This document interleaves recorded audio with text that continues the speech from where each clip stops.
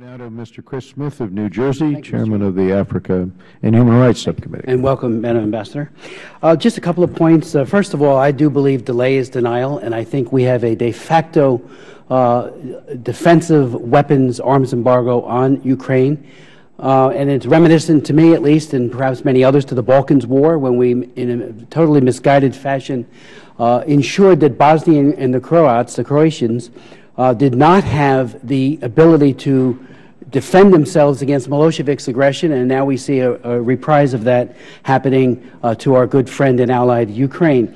When you get to Secretary of Defense Ash Carter, James Clapper, and as one of my colleagues already mentioned, and I've read his speech, and it's an excellent speech that was given by our top military commander, Lieutenant General Ben Hodges.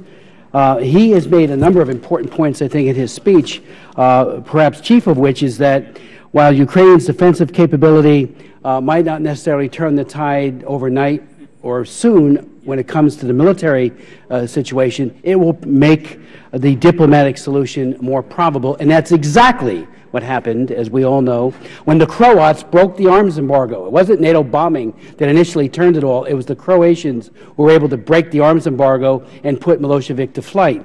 And I think, the Ukrainians are waiting for the kind of ability to defend themselves.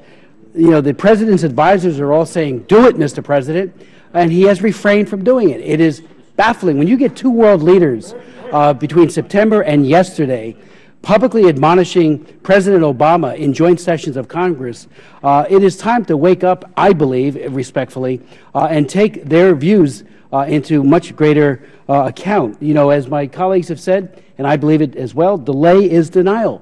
People are dying. Over 6,000 are dead. Many of those are children and women.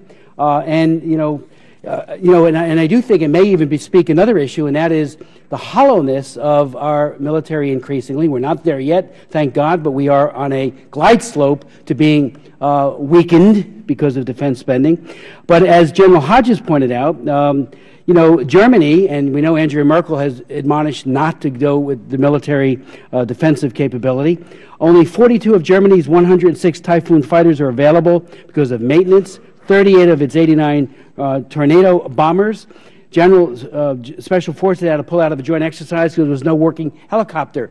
A hollow force is an engraved invitation to Vladimir Putin to continue his aggressive ways. So I think the alliance itself and the United States needs to step up and help the Ukrainians. I was in Europe 2 weeks ago for an OSCE winter meeting. And the Ukrainians, and while they don't want to say this publicly, just like Netanyahu was effusive in the opening speech, part of his speech with praise for Obama, they don't want to say it publicly. They need us. So they have to tread lightly and walk on eggshells. But they told me off the record how profoundly disappointed they are in President Obama, especially in light of people around him saying, please, Mr. President, this is a time for American leadership. So, when will that decision be made? The pipeline took 6 years, and then finally we found out where the president really stood when he vetoed the bill for the Keystone Pipeline. What is it next week? Is it tomorrow? There's statements by Poroshenko today admonishing and it's right from our embassy, admonishing the European Union not to be premature, his word, in being optimistic about where Minsk II is taking us. And again, there are also parallels, and I thank God for the 452 OSCE monitors around the ground doing wonderful work. But it is reminiscent again of what happened in Croatia and Bosnia when the European monitors were there. And I remember meeting with them with their white suits on and score pads. How many people were being killed? How many being raped? It was horrible stuff. And they were brave as could be, no weapons. Well, the OSCE monitors in that same boat. They need defensive weapons. They need them now. Yield to answer. Tomorrow, maybe? Are we going to find out for the president? Delay is denial. Thank you, Congressman. I think, as you heard in my opening statement, we are watching the implementation of Minsk. We do have concerns now about new firing on the ground in the last couple of days. I do think that the environment and whether this is implemented will affect the calculus both on the sanctions side and on the security support side. Okay, but hopefully soon. I mean, the Ukrainians are suffering so much. Nadia Savchenko, the pilot, member of the parliament, She's in her 82nd day of a hunger strike. What do we know about her, and what are we doing to try to effectuate her release?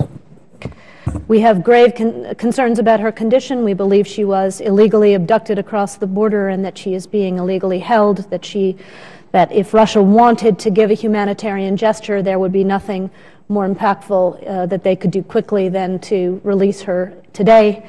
We have concerns about her health. She was seen by a European doctor last week or 2 weeks ago, but as you know, when you are taking in no calories, every day matters. So we, in every meeting we have at every level, notably including Secretary Kerry's meeting with Foreign Minister Lavrov over the weekend, we raise her condition and ask that she be released immediately.